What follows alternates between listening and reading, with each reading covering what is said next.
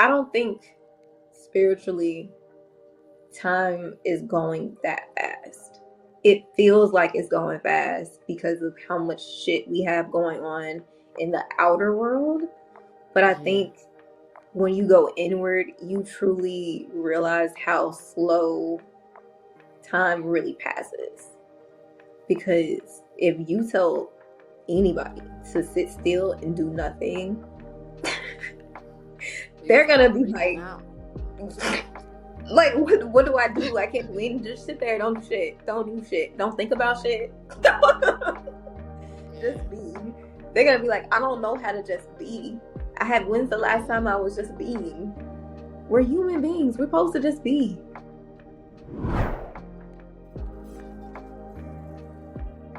Welcome back to another episode of Solo Wave Convos. I'm your host, Amira King, and today I have with me the definition of a very multidimensional creative, the founder and creator of LifePAUSE Mental Wellness. I want to welcome Tappan. How are you doing today? I'm a little sleepy, but I'm good. Uh-oh. So just to give the viewers and listeners a little bit of background, and feel free to correct me if my memory is a little shaky, but we met as like the result of the songwriter call out I did probably like over a year ago now. Yeah. And basically that was just like a get together of creatives, and we got to kind of do some writing exercises together, and overall just kind of learn how to get comfortable sharing parts of ourselves with each other. So I just wanted to thank you for being part of that initial foundation for me, because you're definitely a part of the very beginnings of Soul Waves, and I couldn't do it without you and the rest of the people that were there. So thank you. Of course. It was a pleasure to be a part of it. It was very, very cool. And I'm looking forward to our future collaborations. It'll be dope. Absolutely. So tell us what you've been up to, and you can go ahead and give everybody like a introduction of yourself and what all you do. Oh, Jesus. So I am the founder, like you said, of LifePAUSE Mental Wellness. I started that business almost 2 years ago now. I am a registered yoga teacher trainer now, and I like to emphasize meditation practices and also tie that into creativity and creative expression and create a safe space for Black people and the LGBT plus community. That's really all I do in terms of serving others. Everything else is just me serving me. Well, I guess we all kind of serve each other in a way with our creative outlets. So I sing, I dance, I'm getting into painting. What else? I write. I write songs, I write poems, I write books. I think I've covered everything. Oh, I'm getting into video editing. My YouTube channel is helping me with that a lot, so I'm getting to work on that skill and sharpen it up. I've dabbled in modeling, but it's just a dabble. I'm still very uncomfortable in front of cameras, so like I have all these ideas, and I'm more interested in like bringing like doing a photo shoot that means something and that's like a story behind the themes in the photos and things. But I just have to get more comfortable being on camera. I'm really not. So I'm doing exposure therapy. I started my YouTube channel this year. And yeah, I think that's about it. Nice. think that Well, covers now everything. you have a partner in crime with that, because that's the whole part of this for myself as well. Just getting more comfortable in front of cameras. So Hmm. I got you. We got have an accountability situation. Yeah, I'm trying. Tell me more about Life Pause and just your overall intentions and mission with that community. I started LifePAUSE because I couldn't find anyone to meditate with. As I was going through my spiritual journey and diving into shadow work, I it was very lonely and it was very challenging. Mhm. And I didn't really have anyone close to me to talk to about it or to just do simple things, just like meditate with me today or whatever, just small stuff. So I Mhm. created Life Pause after one night of me frustratingly looking for some black woman anywhere in Memphis for me to meditate with and coming up short, not finding it anywhere, and then just being appalled and upset and angry. Like, how could we not have something so simple available Mhm. as much as we have brunch, you know, or like these brunch day parties or these sip and paints or these like other events? Like, why isn't there anything for my mental health? And Right. it made me so angry. And then I was like, there was just a thought in my head that was like, you can keep complaining about not seeing it, or you can be the reason people see it. So it kind of became one Mm. of those don't cry about the change, be the change Yeah. things. And I'd already been talking to Spirit about my purpose and wanting to know what I should be doing because I felt like I could do anything. I've always felt like I could do anything. And it was getting to the point where it was like, even in my career, just my career path, because it's been so all over the place. I was like, I can literally go do any of the things that I've dabbled in. I could go do something completely different, but I need to know where I'm needed Mhm. because I can be anywhere. Yeah. um, but yeah, it was really important to me to tap into something bigger than just a check, which is Mhm. not the way I was looking at career choices when I was younger, not when I was in college or any of that. I was really like, what's gonna make me the most amount of money, and Mhm. then we can worry about the rest later. Right. Right. So I've been bugging Spirit a lot about my purpose and like, tell me what it is. What am I supposed to be doing? Like, tell me what I'm supposed to be doing. And I've been reading. I can't remember her name right now. I think her name's like Rhonda something. The woman that wrote The Secret. I've been reading her books. She has like a whole series. I've been reading her books, and something that was said in there was basically think about your life, think about what you would be doing if money wasn't involved, like what would make you feel full. Mhm.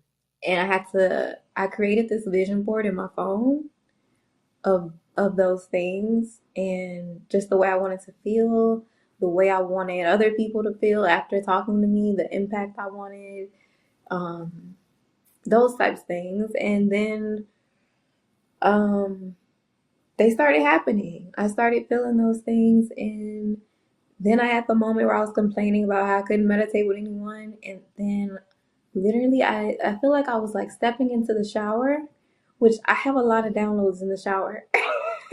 It's like the Yeah. kitchen and the bathroom. I get a lot of downloads in there. Both of those rooms are Mhm.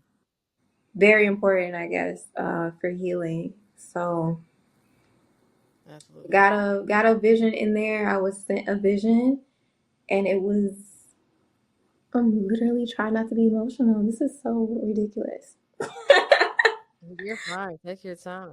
I get emotional every time I tell the story. Hi. So basically I received the vision of me guiding some people through meditation. And it did make me emotional, but it also made me feel like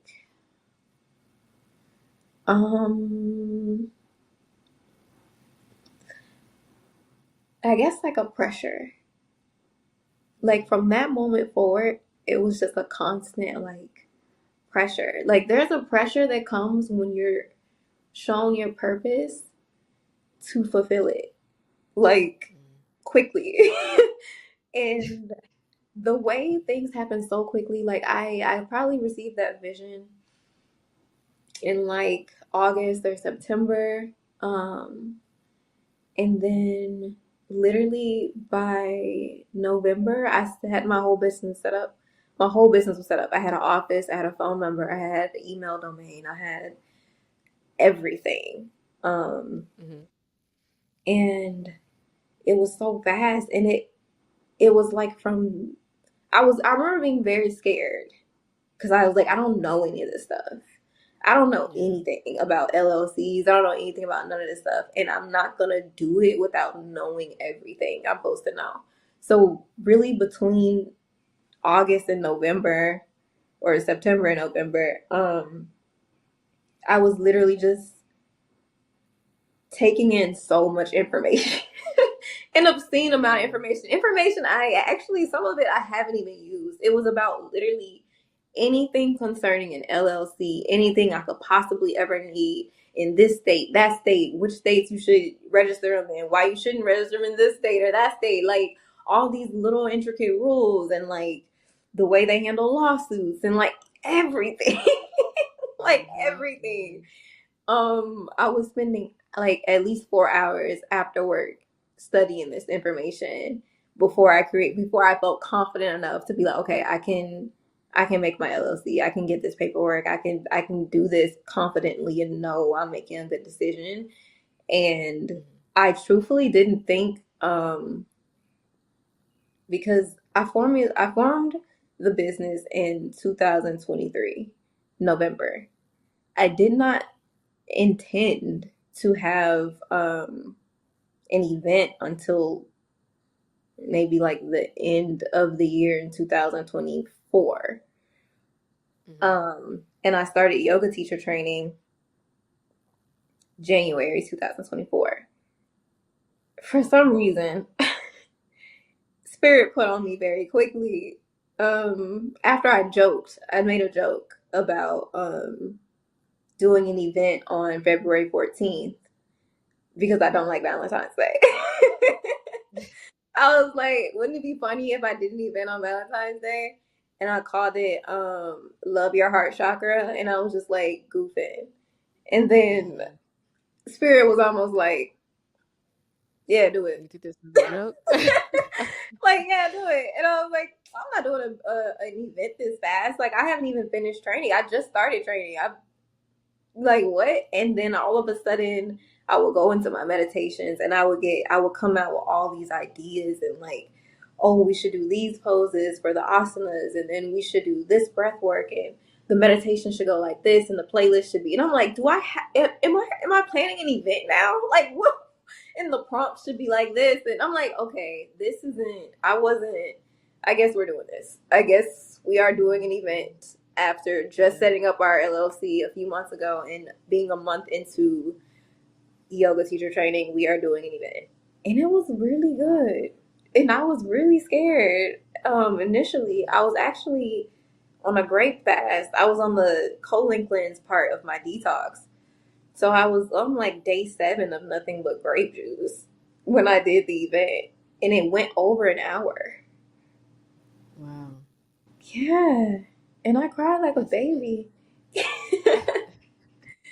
It was really dope. It was very healing. It was amazing, honestly. Yeah. Yeah, tell me more about the event you're talking about. Like what goes into your preparation process. I know that's a space where you get to really be creative and pull a bunch of different elements, and I think I haven't got to be a part of one of those experiences yet, but I know it's coming. But I remember you sharing a little bit about it in a previous conversation, but I want Mhm. the listeners to get a feel for how much like effort and energy you put into it, because it sounds amazing. Aw, thank you.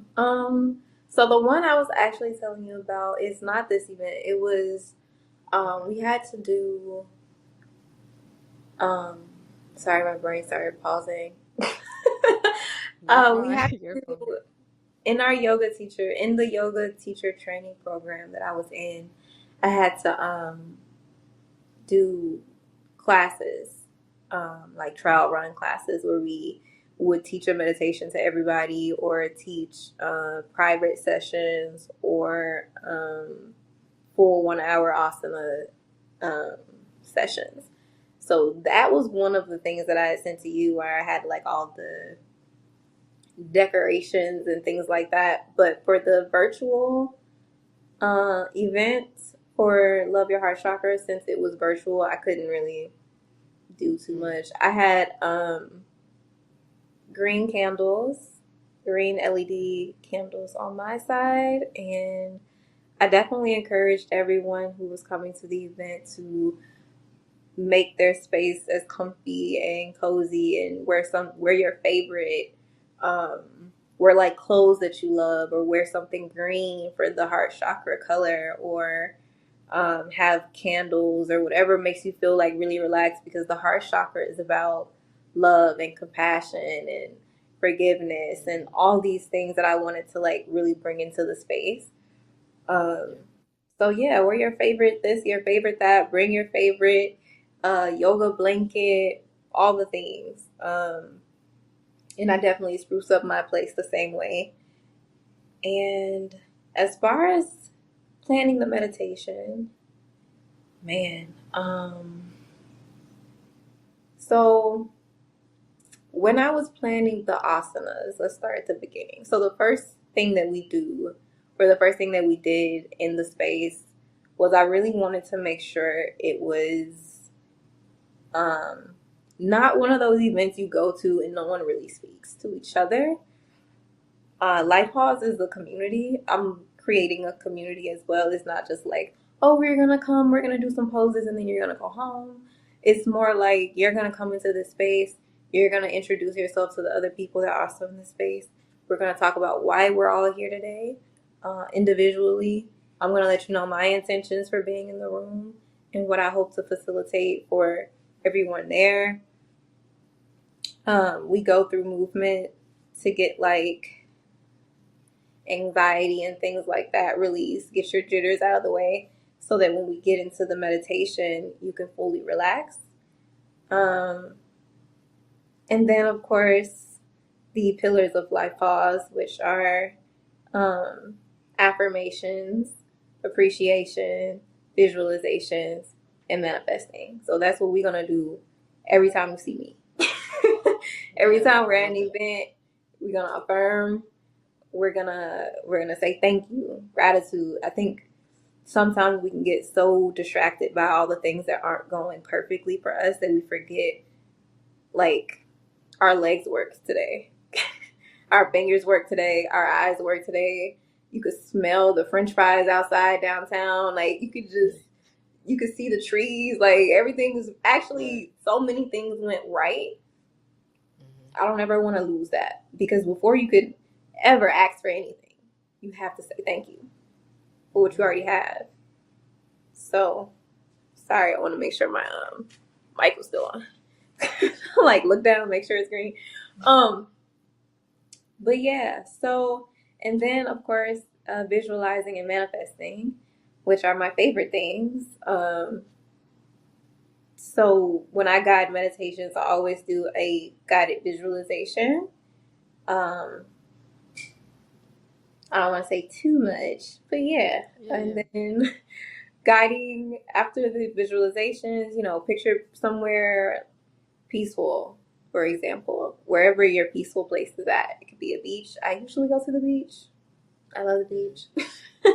But our minds are very powerful, and I think that it's important to bring awareness to that. If you take your mind somewhere, and just really soak in all the senses and the things and really like allow yourself to go back to a time where you were at the beach and you could hear the waves and you felt the sand and all those things. You can take yourself back there mentally and it feels very close to the exact thing. And from that point forward, I like to go into a manifestation, because for you to get something, you need to be able to see yourself there first. If you can't see it for yourself, how is it going to happen? So that's the process. And then after all of that, we had journal prompts, which were, man, I still have the PowerPoint. There was like a PowerPoint I created with all these introspective journaling prompts that basically my intention with those questions was to bring awareness to places in our lives where maybe we're not putting ourselves first in terms of making sure our environment, whether it's the relationships we have, because the heart chakra is big on relationships as well. Are you being nurtured in those relationships? Are you able to trust the people that you have around you? Are you able to forgive the people that have hurt you? Of course, the questions weren't put that simply, but they circle around those things to really make you think about it and give you a moment to process. And then after we answered those separately, we talked together in a community. Anyone who was willing to share their responses, anyone who wanted to piggyback and say, oh, I've been through something similar, or I think that's something I need help with. And then talking together about strategies to get through that. Because it's also about fostering healthy self-regulation habits. So yeah. Definitely. I feel like I said a mouthful. No, you did a great job of going in depth with this. Thank you. Okay, so something that you kind of mentioned throughout, and then just going off of some previous conversations that we've had, how you feel about talking about like our discovery process when it comes to going through the healing journeys, the spiritual journey, and how neurodivergence has played a part, or just that overall discovery, how that has played a part in your life, and then I can kind of contribute. Okay. Man, those questions low-key stalked me when I read them. Let me see. As far as discovery, if we're going to start with when I noticed something was different about me, it was, I was in college and I had always been like the smart one. I have 4 siblings and I was always the like book smart, into the deep into academics one, always reading a book.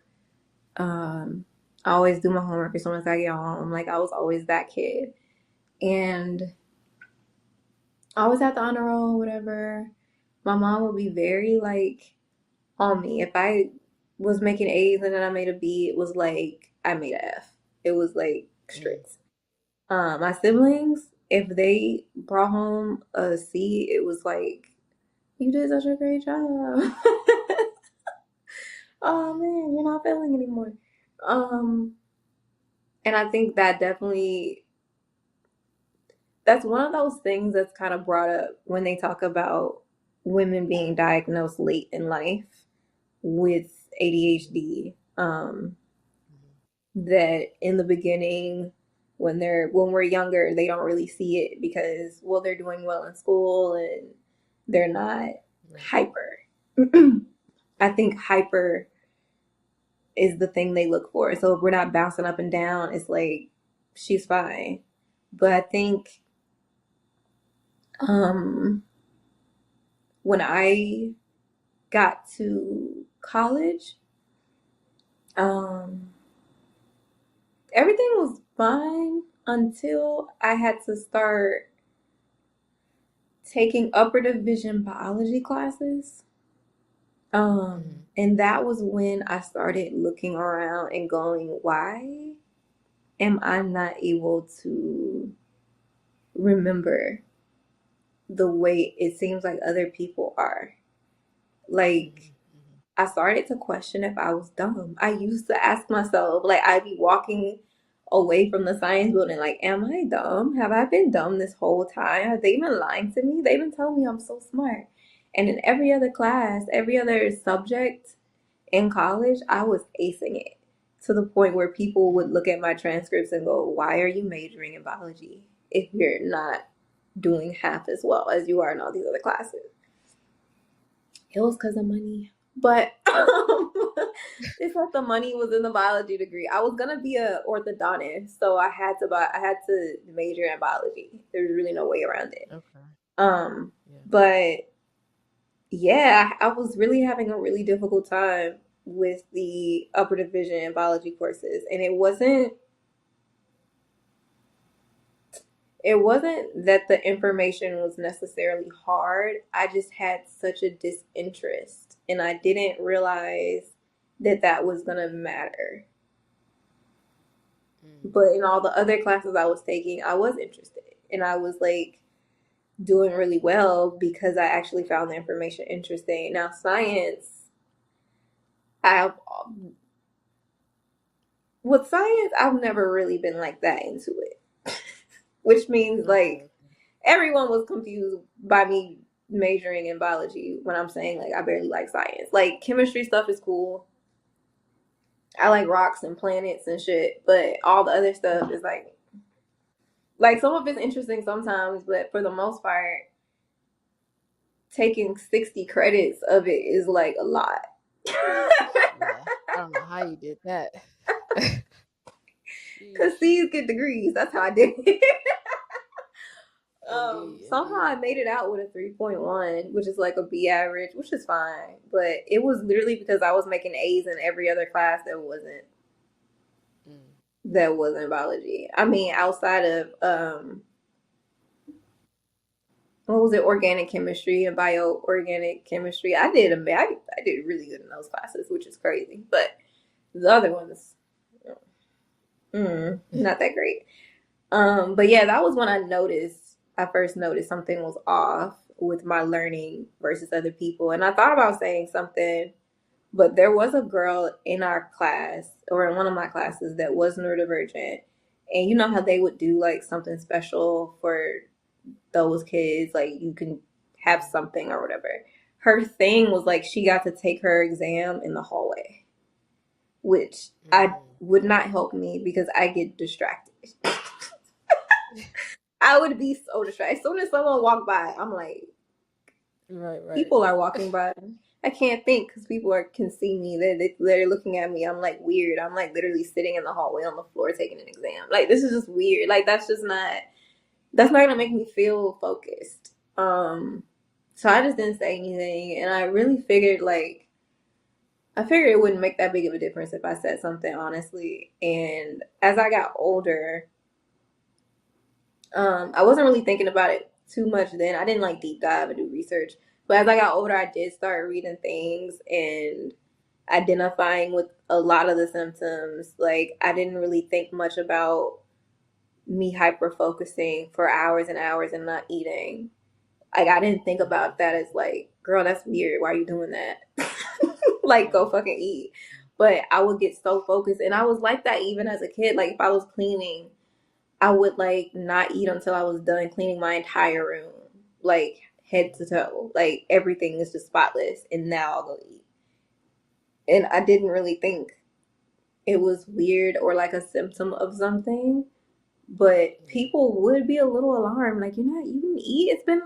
It's like 5 o'clock. You haven't eaten at all, and I'm like, nah, I really haven't thought about it that much. I was Yeah, cleaning exactly. up, and it was just there'd be little things like that where it's like I don't really know if that's a big deal, and then when people put them all together and go like, hey, this is an issue. This is not normal behavior. Like most humans go eat when they need to eat or whatever. Yeah, just little stuff like that. I started understanding it, and then two of my very close family members, two of my siblings, were diagnosed, and people always wondered about another one of my siblings, and I definitely was like, definitely, probably them. Just because of the hyper stuff, and they just wouldn't like sit down, focus type. Like they had that, but it was a boy, so Yeah. it was like boys is like more obvious or whatever. And then, but two women in my family, two of my sisters were diagnosed, and then I was talking to my sister about all the symptoms, and I was just like, wow, this is like us. And I didn't really feel a need to go get diagnosed because I wasn't going to take the medication. Yeah. I don't trust big pharma, so I was just like, well, it doesn't matter if I could be diagnosed, it wouldn't matter because I'm not going to take the drugs. So there's no reason for me to get diagnosed, really. But being aware that there could be something there um, has been helpful in my processes and has helped me not be so hard on myself about just operating in such a different way, and like having a lot of grace with myself. Like maybe I can't focus on this right now because I just don't care.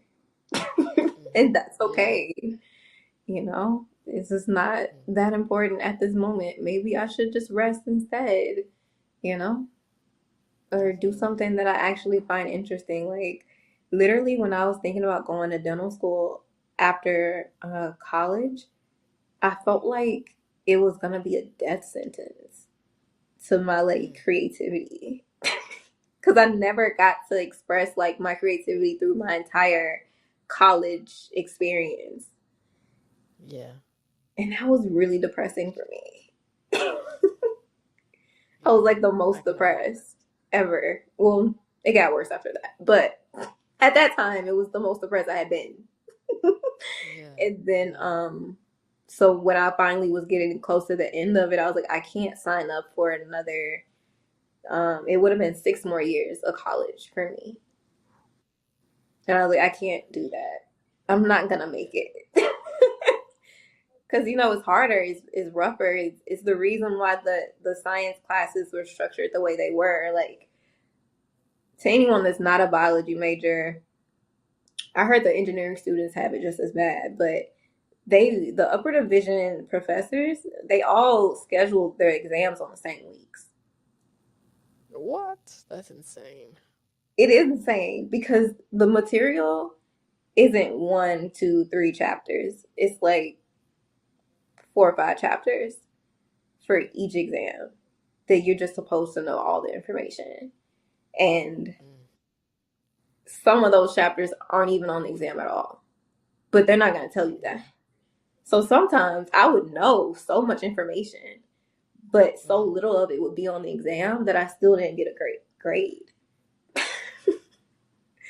And I had to study like 15 chapters for this week. Like, Man. so it's like, if that's how y'all want to make sure we're getting work to us in the undergrad because of you're trying to prepare us for the, when we go off to medical school and dental school, I already know like it's gonna be way worse. And is it really worth it for me to be more stressed out than I've already been in undergrad? Because in undergrad I was getting like 2 hours, 2 to 4 hours of sleep. And I was Yeah. studying and I wasn't cramming. People would think, "Oh, you must be cramming. Don't wait till the last minute." No, I'm not waiting till the last minute. I can't. There's no other way for me to retain this shit. I have to study like that every day. Like, Mm-hmm. it And was that's really that's bad. the other thing. Like, so To add a story to kind of what you're saying with being in school and whatnot. Mm-hmm. Um, recently, I attempted to kind of go back to school Oh, uh, girl. for like business or whatever, and Mm-hmm. so it was like a big reminder, or it would kind of open my eyes too in terms of like uh, just how we learn differently and Mm-hmm. how like the traditional school structure system and how they do the curriculum and teach you isn't really fitting with how we learn and retain information. And then on top of that, you have your deadlines and they Mm-hmm. expect, so much from you by this date. And Mm-hmm. then, like, if and when you aren't able to meet that, it becomes more so a problem for us as the people that's learning it. And then, like, being in this recent course that I was in, I learned that uh, there were other people like having those same like struggles with trying to retain the information Mm-hmm. and just how it was being taught and at the accelerated rate that they were having these expectations of us to have certain things done, Mm-hmm. and it just kind of really confirmed for me like it kind of put me back in the space of like being an undergrad. And I was just like, well, this is probably why I didn't make it through like the first go round, just because like I wasn't aware of like, hey, there are things called like accommodations that exist and like you can get them Mm-hmm. given, your professors and university will like work with you. But like, yeah, I kind of did like a huge deep dive into what all these things mean because I had no idea up until Mm-hmm. literally like last year. And so like I'm hoping that with um, the experiences that we've had with being at these higher education places, that they'll implement different ways to teach that are more so aligned with how we learn as neurodivergent individuals. Because I don't think a lot of it not necessarily caters to us, but like there's not a lot of wiggle room or options for us, um, so that we can like catch on and actually benefit in ways that works for us long term. If Mm-hmm. that makes sense. Yeah. Yeah. I mean, part of me wonders if like because I know for me it is easier for me to retain information if I have a genuine interest in it. Like if I Yeah. get a burning passion for like, oh my God, I want to know how this works. And I thought college would be pretty easy for me just because or at least I didn't imagine I would struggle at any point really. Because I have so many interests and I'm so interested in basically like I can be interested in anything. Like just give Yeah. me the story. Like I'm pretty sure I can find something interesting about it to hold on to get me to care about the information enough to retain it or to like attach it to something real world so that I do just naturally retain it. Yeah. But I don't know. Part of me wonders if like we're just not meant to have useless information. And Yeah. that's why we don't fucking remember it. like Yeah. I can't even tell you what I didn't know from cell biology because it didn't matter. It didn't matter what I didn't know. That's fact. That's a good point. I like how you put that. I just really wish I just wish there wasn't a pressure for us to know things that didn't have much to do with us. Like I understand our prerequisites. Like I loved the prerequisite classes I took. Like I loved learning I mean, I don't really fuck with history that much just because I feel like it's been I know how it's done. Okay? I know that the best story won and that's the one that's in the book. Like I know Yeah. that. So I don't really completely mess with history that much. But I took a sociology class that doubled as a history and that was cool and I took another history class, and we talked about like religious wars and stuff, and that was, interesting enough. And I took theater, and I took psychology, and I took all these class, a music class. I took classes that I was very interested in. I kept notes. They were. I feel like they did the job as far as people saying like, oh, you go to college to get a well-rounded like wealth of information, so you can like have conversations with anybody about random things that you learned in history and art. I think that was great. I honestly think that's cool. But after that point of just basic knowledge and stuff, I guess what's the point? After that, if it's not directly correlating to my passion or to business needs or something, like why am I even in the room? Like, I don't know. I think maybe I took a lot of classes. I had 3 minors. So I do.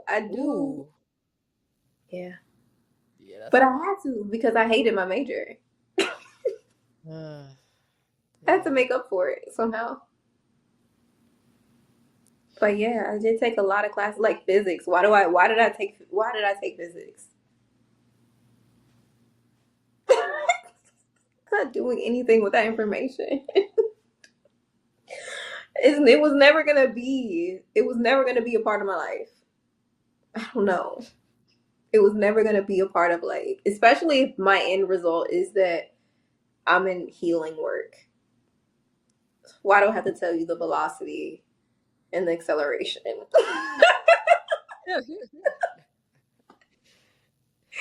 True. Just don't.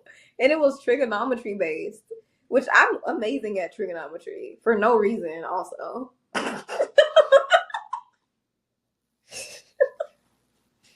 Hey, Oh, y'all different. Kudos to you. I didn't I make it really that like far. math. My brain don't even bend that way. But that's amazing. I had a good tutor. My tutor was the shit. She was awesome. I think that's why it's kind of better in other countries. I know that here it's like a money suck. The whole college thing is just a money thing. But Yeah. in other countries, you just go for what you want to do with your life. They skip all the That crap. makes so much more sense. You don't waste your time. I wonder how many people they're diagnosing with neurodivergence over there. Are they just letting people do what they fucking want to do? It could all be so simple, man. It could It really be. could. Because if they had just put me in a music school, I would be fine. I would have probably never knew I was goddamn neurodivergent. I mean, I guess when I hyperfocus, but that's just passion. We call that passion when it's music. Yeah, absolutely. Yeah. So let's get into your creative bag, right? So you mentioned all the different ways that you express yourself, whether it's through art, music, dance, etc. Mm-hmm. How do all these things show up in your healing work, whether it's for yourself or for others? Um, it's so crazy. I was just a mutual friend of ours or acquaintance. I was just with them, and they were going through a tough time, and I told them. They asked me how do I express my anger? How do I deal with it? And I was like, I mean, I do everything. I yell, I scream, I I write, I sing, I cry, I do all the stuff. I do all the Yeah. stuff. And I actually encourage them to just like write. Just write without judgment. Don't think about if it's a poem, if it's a song, if it's a letter, if it's a journal entry. Just start writing. When you're like, when I start feeling anything very strongly, if I don't immediately cry, because that's just a big way for me to release energy. Like when I feel like a lot of energy, it could be happy energy, sad energy, whatever. If it's just a lot, I will cry. And luckily, Nowadays it's more tears of gratitude, but tears nonetheless, because I'm just a crying ass nigga apparently. But the way that it shows up in healing for me is that writing, I don't know what it is about. Maybe it's writing is like an unraveling of emotions. It's like I can feel like a ball of just like tense energy. And sometimes I'll even just start harmonizing and singing. And I can feel myself unraveling a little bit. And like my muscles relaxing and the tension kind of floating away a little bit. And I don't even have to be saying words. But that's when melodies and beautiful lyrics and harmonies just kind of pour out of me from a healing, alchemizing perspective. And I always think, like, in terms of love and light, and how, you know, they always say it's better to try to stay on a positive frequency. That's difficult for everybody, I feel like, because we're going through the highs and lows of life. But when you're in a low, or when I'm in a low, and I can start to write or sing or dance or have any type of moment of genuine, authentic expression, even if it's a scream. But especially when it's creative and it's a song and now I'm writing lyrics, it's like my energy goes from this really low to this really exciting middle ground with like an air of possibilities. And then next thing you know, I'm 15 minutes deep into writing this song and I'm at my highest high. And it might be a song that's not happy. It might be a sad song. The content of the song may not be butterflies and roses and shit. But the way I feel, because I'm creating something beautiful,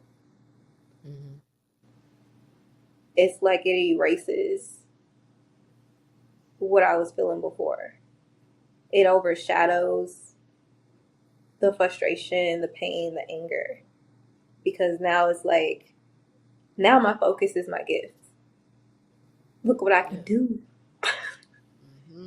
I'm back in gratitude. Yes. That's that real time alchemy. Yeah, that's fire. Yeah, that's how that works. That's how that works for me. And it lasts however long it lasts. And, you know, I might not even like the song the next day, but that don't matter. Right. And you got out of it what you needed, so that's what matters. It's not always about it being perfect either. Like, and that used to be really hard for me. I used to stop myself a lot while I was writing because I'd start judging what I was writing. I started judging my lyrics. I started judging my melody. Well, maybe it should be something better. There's something better. There's something better.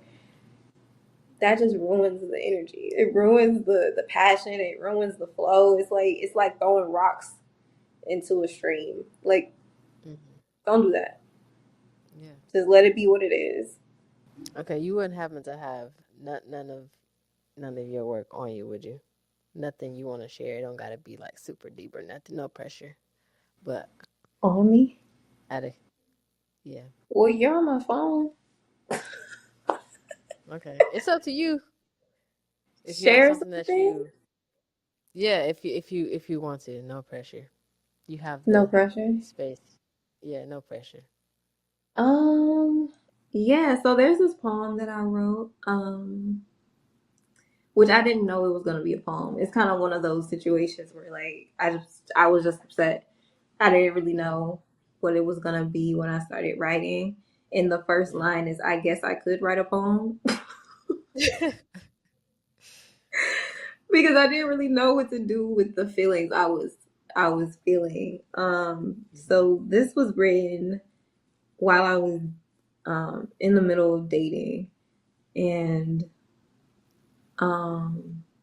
you know, sometimes you're dating people and things seem great, and then all of a sudden it's not great. Because of a box you forgot to, I don't know, like you just feel like you should have asked more questions. Maybe you got the wrong idea of where things were going. So it's called "Break Me Down," a poem about remaining resilient after being let down in love. And I wrote this June last year at 9 in the morning. Oh my God. 9:39 in the morning at the end of June. Pride Month. I was down bad. Every drink something. I like that you use time and date your writings as well. I think that's always interesting. Yeah, it's crazy. You know, that time this year I'll probably be in a relationship. Crazy how that works.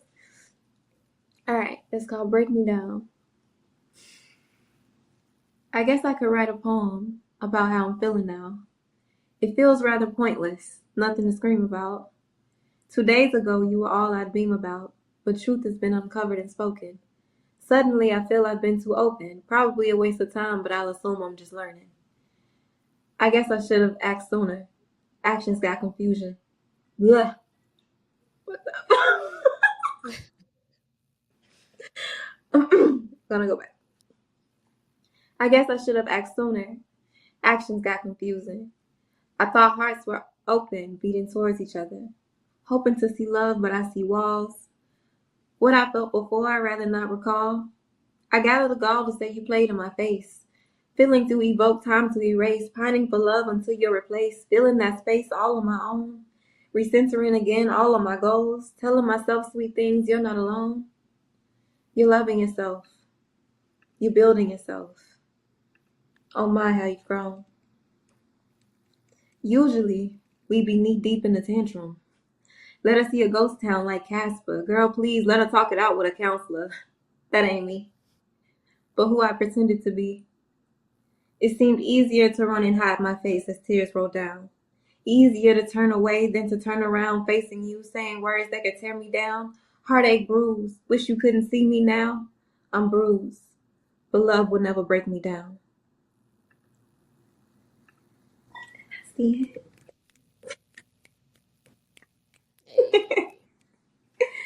Thank you.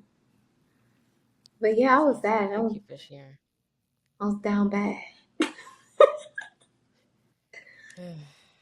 That's actually one of the poems I performed when I went to Houston. Ah, okay. My very first performance. Yeah. Yeah. That was a good one. Nice selection. Good stuff. Thank you for sharing that with us. So if we were to take an experience like that as an example, what are some signs for you that lets you know it may be time for like a we'll use the business name, a life pause or a reset, where you may need to kind of go inward or have some time to yourself? When I start getting honestly, I was just saying to myself, I was saying to myself earlier today that I need to rest before I get tired. And it's kind of the same thing. Like you may not, or I may not feel like I need to meditate today because right now I'm not stressed out. But I need to meditate before I get stressed out. I need to press pause before I get stressed out. I don't need to just do it when I get stressed because by then I'm already up here and I could have kept myself down here if I would have just done the maintenance of creating a quiet space and going inward. regularly, even if it's just 5 minutes. If all I got was 5 minutes, shockingly, that has done a lot for me. And I'm one of those people that would like meditate for an hour a day. And on a day where I just didn't have it, 5, 8 minutes, I was shocked what it did for me. I was like, oh damn, I actually feel great.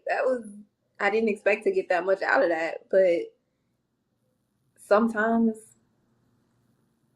I don't think spiritually time is going that fast. It feels like it's going fast because of how much shit we have going on in the outer world. But I think when you go inward, you truly realize how slow time really passes. Because if you tell anybody to sit still and do nothing, they're gonna be like, what do I do? I can't do anything. Just sit there, don't do shit. Don't do shit. Don't think about shit. Just be. They're gonna be like, I don't know how to just be. When's the last time I was just being? We're human beings. We're supposed to just be. We're supposed to just chill. We're always trying to do. So like, yeah. But I will say, a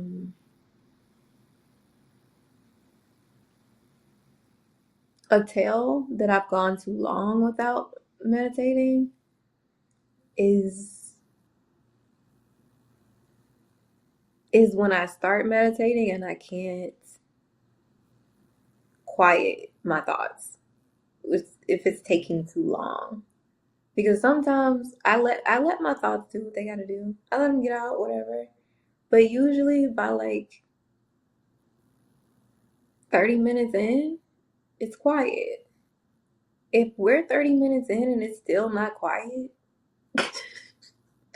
I need to do something else. Like, you need to write. Apparently, there's a lot of stuff on your mind. I try to write sometimes before I meditate because of that, because my brain will be going like everywhere.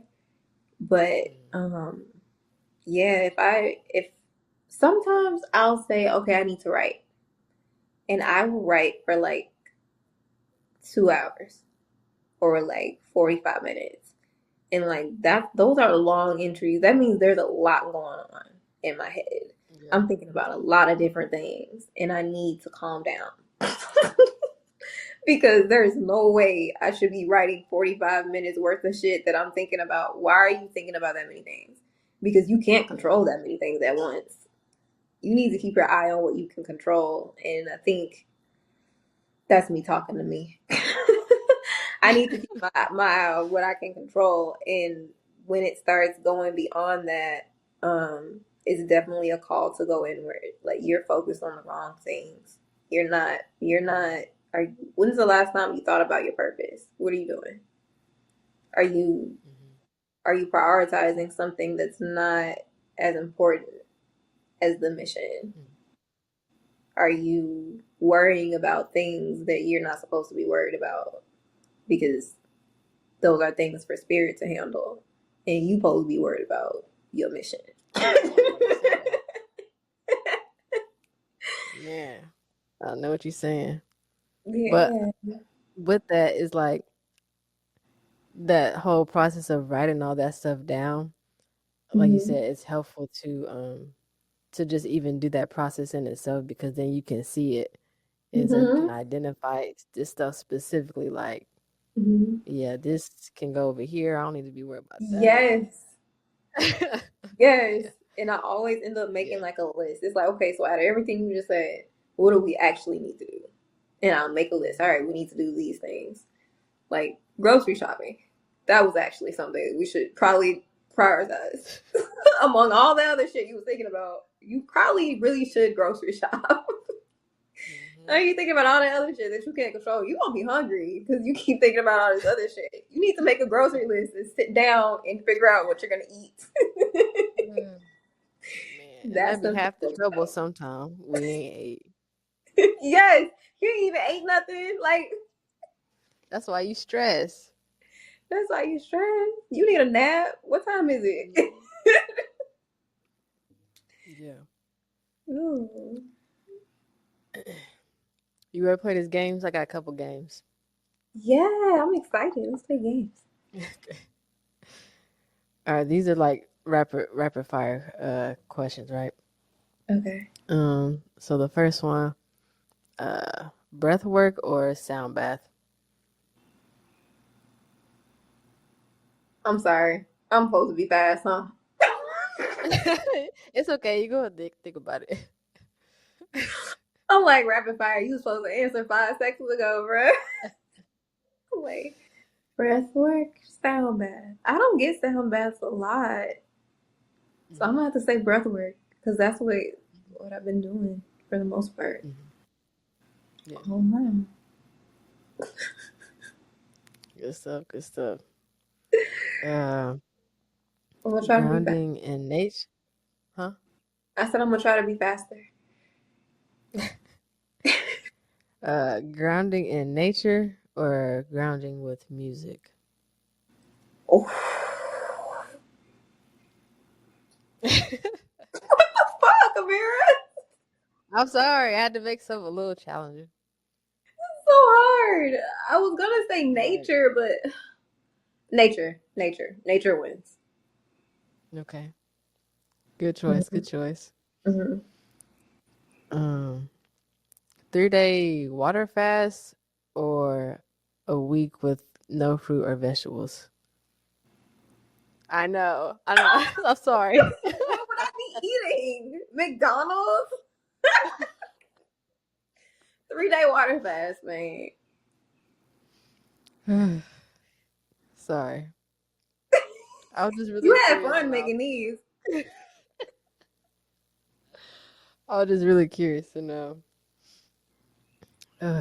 Okay, and then all right, give me a moment for this next one because I gotta actually like process it while I'm reading it to you, right?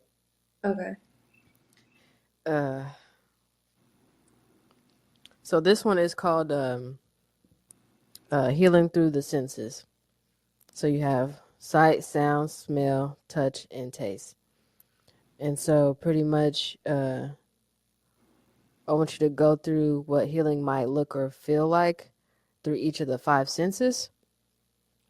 And then I'll start off having you pick one of three themes, if that makes sense. So, like, one theme that you can choose from is detox, the other is renewal, and the last one is gratitude. So, I'll let you pick one of those three. Detox. How did I know you was gonna pick that? Because I'm detoxing right now. Okay, so the theme is detox, right? Yeah. Okay, so for sight, what visual helps you feel calm or safe in regards to detox? More water. Okay. For sound, a song, frequency, or sound that brings you peace. Water. Heard, felt. Uh, Water. uh, for smell, a scent that feels like healing. Um, so I have this candle that smells, the scent reminds me of my dad and my grandfather that passed. And yeah, it's that one. I think, funny enough, I think the name of it is Rainforest. Wow. Okay. Wow. There's a thing. Hey, I'm not mad at it. Water does what it needs to do in so many Yeah. ways. Excuse me. The next one is touch. So a texture or a ritual that feels grounding. Um, I um like suede and plush. Oh, like velvet. I guess velvet and yeah, velvet and Okay. plush. Yeah. Nice. Hmm. And then the last one for a taste, a meal or drink that nourishes more than just the body. Mm. Mm. I would say nourishes more than just the body. Hmm.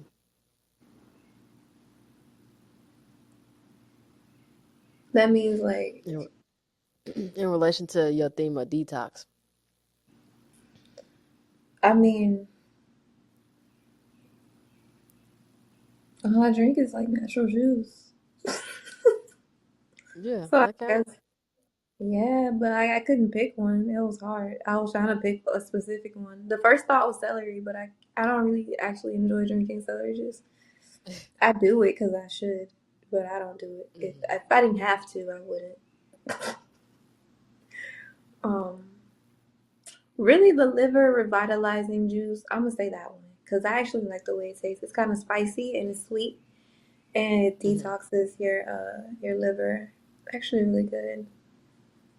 Okay. So yeah, it's What's good that? for you. What's that again? It's a liver revitalizing juice. That's something you buy or like you make it or something. Make it. Mm. You want to share that? I might have You want the to. recipe? Yeah. Okay, so you get red beets. You get apples, red apples. You get half of a serrano pepper. Hmm. You're gonna get 2 inches of ginger, 2 inches of turmeric, which is like 2 tablespoons. Um, Cherry juice or pomegranate juice, Hmm. and I think that's it. That sounds pretty good, actually. It's not bad. It's Okay. spicy. If you do you drink alcohol? Not, not, not like once upon a time. So, What? You hmm? said once upon a time? I said not like once upon a time. Not like I used to. Not so much Oh, these days at all. well, I don't drink anymore. But I realized that when I was drinking, like back when I first started drinking the liver revitalizing juice, when I would drink it, I guess like as the juice is breaking down those particles and things that are in your liver, like the alcohol and stuff like that, you start feeling kind of drunk. Mm. It's kind of Mm. cool. I used to be like, this is kind of fire, and then like when you're drinking it, it's like spicy. So it's almost like you're drinking alcohol because you're like feeling drunk and drinking this spicy beverage, and yeah, it's kind of lit. I don't get the feeling anymore, but I think it's because I haven't had alcohol in like years at this point. So Okay, okay. So it was like unfortunately, it was bringing it back up while it was like eliminating it. yeah, that's Or like like, what detoxing basically is. It's like it just brings up all the impurities and then detoxes it out. Like so, you start feeling all the symptoms of the things, and sometimes the symptoms feel more aggressive depending on what mm-hmm, you have going on in your body. Um, mm-hmm, but yeah, it's really cool. definitely, And it's definitely. actually the same way we purge emotions and stuff when we do shadow work and healing and all that. You like feel all of it one more time, Facts. push it out, You ain't lying. Yes. or a few more times depending on what it is. Man. So, what would you say is one simple practice someone watching can do today to start their healing journey? Mm, journaling. I think. Hmm, Let me be more specific because I think self awareness and accountability, and this is now more than one thing, but I think the big idea is to have a safe space within yourself. Have a space within yourself where you're not judging yourself for how you feel and you're just being honest because you have to be honest with somebody and you've been with yourself your whole life. There's no better person to be completely rawly honest with. Like I've been I think that was one of the first big steps for me, was being very brutally honest about how I really felt about certain things and certain people and certain situations, so that I could do something about those things. I feel like it's really hard to attack the issues and to change your reality for what you would prefer it to be when you're not being honest about what your reality is. Mm-hmm. So I would just say practice vulnerability, honesty, transparency with yourself in a safe space, in a vacuum. You don't need an audience to vent. You don't need to call somebody when you feel something. You can have that safe space within yourself and start to figure out what you can do to better your situation. I think healing is like, it's non-linear. It's non-linear. And you gotta have accountability. You gotta be like, don't be embarrassed. Honestly, treat yourself the way you wish other people treated you. Treat yourself the way you would treat the person that's super close to you that you care about. Treat yourself that way. Treat yourself with that much love, with that much care, with that much like selflessness and like no judgment. Do that with yourself.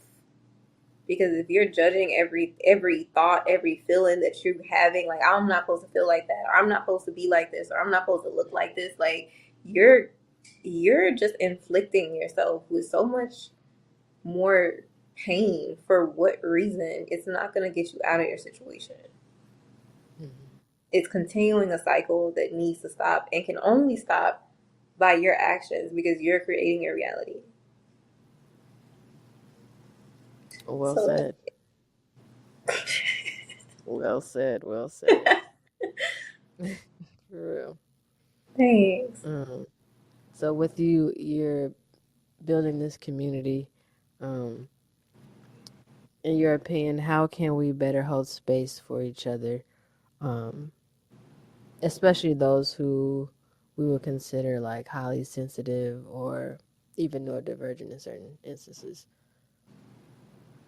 How can we better hold space? I honestly think the biggest issue we have, period, as a society with holding space for each other is that the spaces that we have now, the only reason why we have to say like this is a safe space is because in other spaces or every other space, it's been normalized to have an abundance of judgment. And if it's not a lot of an abundance of judgment and a lot of wanting to be right about things. And I think, and a lot of putting your beliefs on other people. So I'm a firm believer in, I can believe something works one way, you can believe it works another way. That's fine. It doesn't mean I need to convince you. It doesn't mean you need to convince me. We can just think of things differently, and that's cool. That doesn't mean I can't hold space for you. That doesn't mean you can't hold space for me. It doesn't mean I gotta talk shit about your beliefs. It don't mean you gotta talk shit about my beliefs. Like, we could just respect each other's differences. And I think that goes back into neurodivergent people or people with any other thing about them that makes them different. Like, there just needs to be a deletion of judgment. We don't need judgment in the space, and it really just needs to be looking at each other like a collective, because we are a collective, and holding space the best way you can. Like, everybody's not gonna be like, oh, take my number, call me whenever. Like, everyone doesn't have that to give. But I think we can all just like listen. I think that is probably, and you don't always have to have some magical thing to tell somebody.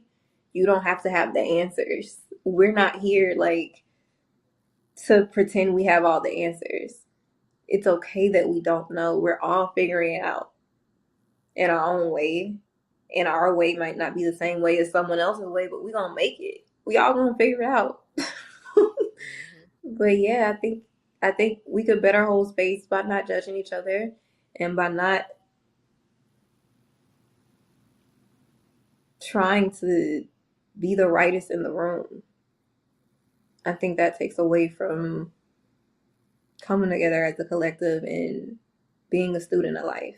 Because if you think you just here to be the teacher, Yeah. you finna miss a lot of shit. You're gonna miss everything. You're gonna be right back here doing it again. You're gonna be right back here in a blink. Yeah. So yeah, I think it's important to remain a student of life. There's so much shit to learn. Every person you see knows something you don't know. I always think about that. Mm-hmm. So yeah. Well, love that answer. Thank you. It's been great having you here. Join us. Please go ahead and share where people can find, follow, and support you, and anything that you may want to share about like events that you may have coming up, or just how to keep up with you. All right. So you can find me on Instagram, TikTok, and YouTube at Queen Tappan.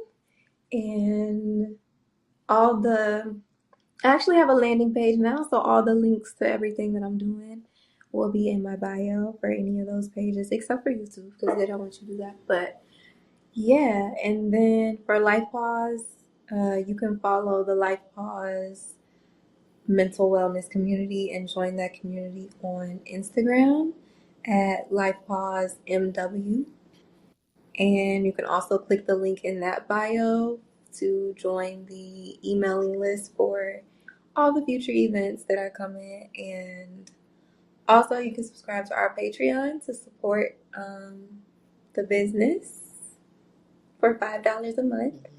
And yeah, I got a lot of collaborations coming up. I'm actually really excited. I'm working on the throat chakra meditation that will be it should be happening in the next couple of months. I will be collaborating with a very amazing and experienced yoga teacher. Her name is Joy. She's had over 1,000 hours of teaching, so I'm really excited to do an event with her. She will be leading the asanas. I will be leading the meditation. There will be an in-person event, my first official in-person LifePAUSE event. And of course, it will be a virtual option as well. Each and every in-person event that I do, I really want to make sure that I create a virtual space as well for anyone that can't make it, like yourself. So Thank you. that's what we have coming up. First, we're gonna knock out the throat chakra because I've been promising it since last year, and then I'm gonna start from the root and work my way all the way up through the chakras. And for the sacral chakra, which is about creativity and healthy pleasures, we will be adding a creative outlet for us all to dive into after some asanas and some breath work. So I'm really excited about that as well. Finally bring LifePAUSE full circle. So I originally only planned to do 4 events this year, but now it's looking like I'm gonna be doing at least 6. So I'm excited. I'm excited to pour into Congrats. it. Super exciting. That's really, I'm excited for you. Thank you. So again, thank you so much for your time, and You guys can follow us at Soulwaves ENT.